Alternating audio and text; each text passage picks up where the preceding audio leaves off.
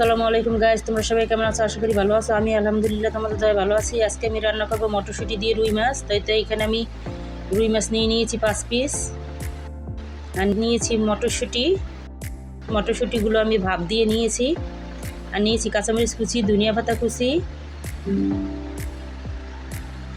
আর নিয়ে নিয়েছি মরিচ, হলুদ, লবণ, ধনিয়া গুঁড়া,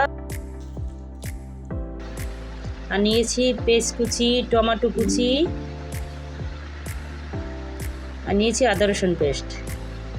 তো এখন আমি মাছগুলো ম্যারিনেট করে নেব। তো দিয়ে দিচ্ছি লবণ, এখানে আমি 1 চামচ লবণ দিয়েছি, আর দিয়ে দিচ্ছি 1/2 চামচ হলুদের গুঁড়া, আর দিয়ে দিচ্ছি 1/2 চামচ মরিচের গুঁড়া। দিয়ে আমি মাছটা ভালো করে ম্যারিনেট করে তারপর আমি ভাজতে চলে যাব। তো আমি মাছগুলো ভালো করে ম্যারিনেট করে নিচ্ছি।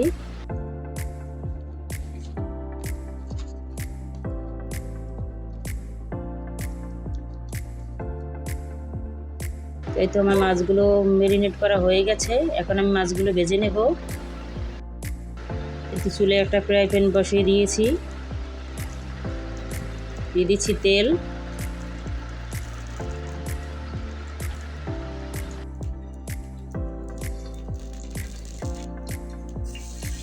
এখন আমি এক এক করে মাছগুলো দিয়ে ভালো করে ভেজে নেব।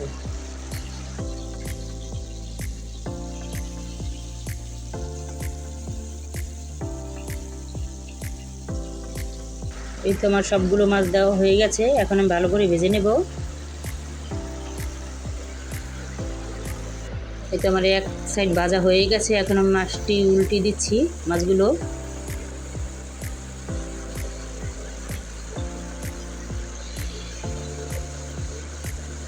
আমি এভাবে হালকা করে ভেজে নেব, কারণ বড় মাছ বেশি ভাজলে ভালো লাগে না খেতে। তার জন্য আমি হালকা করে মাছগুলো ভেজে নেব। আমার এক সাইড ভাজা হয়ে গেছে, এখন আমি অপর সাইডটা ভেজে নেব।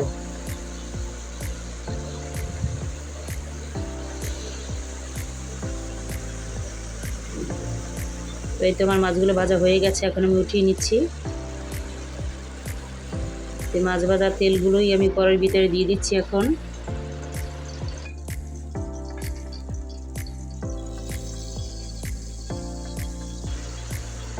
তো এই তেলের ভিতরেই আমি আরও কিছু তেল অ্যাড করে দিচ্ছি। এখন পেঁয়াজ কুচি দিয়ে দিচ্ছি,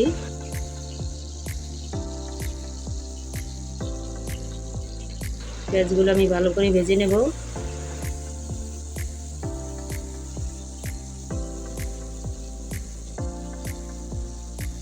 তো আমি এখানে কিছু কাঁচামরিচ কুচি দিয়ে দিয়েছি, দিয়ে নেড়ে চেড়ে ভালো করে ভেজে নিচ্ছি। এই তো আমি পেঁয়াজগুলো একটু লাল লাল করে ভেজে নিয়েছি।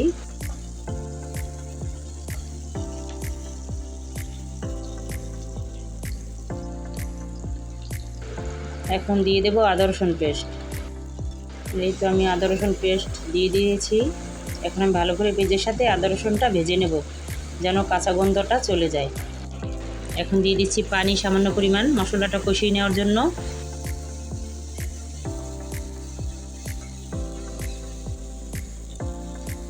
এখন আমি এখানে শুকনো উপকরণগুলো দিয়ে দেবো এক এক করে। এই তো প্রথমে আমি দিয়ে দিয়েছি 1 চামচ হলুদের গুঁড়া, 1 চামচ মরিচের গুঁড়া, দিয়ে দিয়েছি 1 চামচ ধনিয়া গুঁড়া, দিয়ে দিচ্ছি স্বাদ মতো লবণ। মশলাগুলো ভালো করে কষিয়ে নিচ্ছি।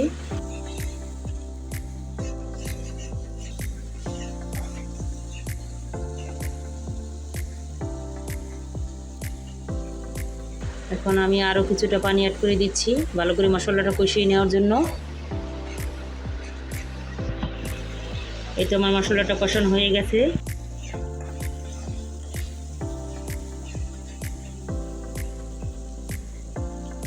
দেখো মশলা থেকে তেল ছেড়ে দিয়েছে।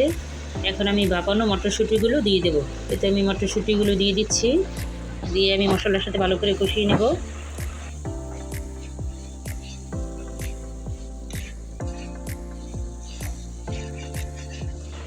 আমি এখন এখানে কিছু পানি অ্যাড করে দেব।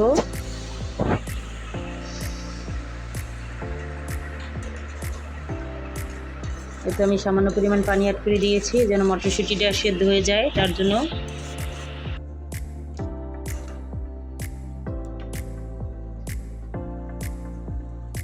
এখন একটা ঢাকনা দিয়ে দিচ্ছি।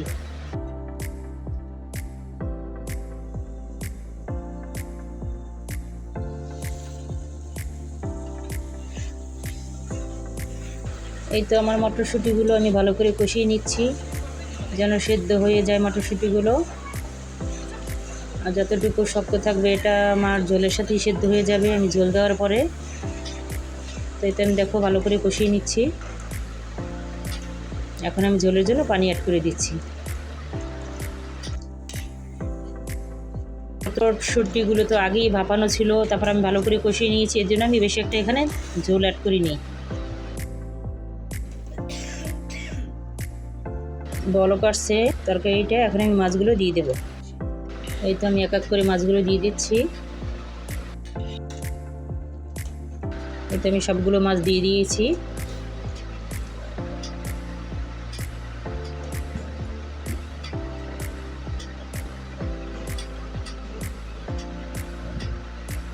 এখন দিয়ে দিচ্ছি উপরে টমেটো কুচি,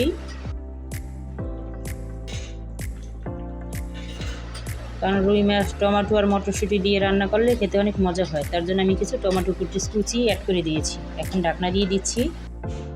এই তো ঢাকনাটা উঠিয়ে নিচ্ছি আমি। দেখো তরকারিটা প্রায় আমার হয়ে গেছে।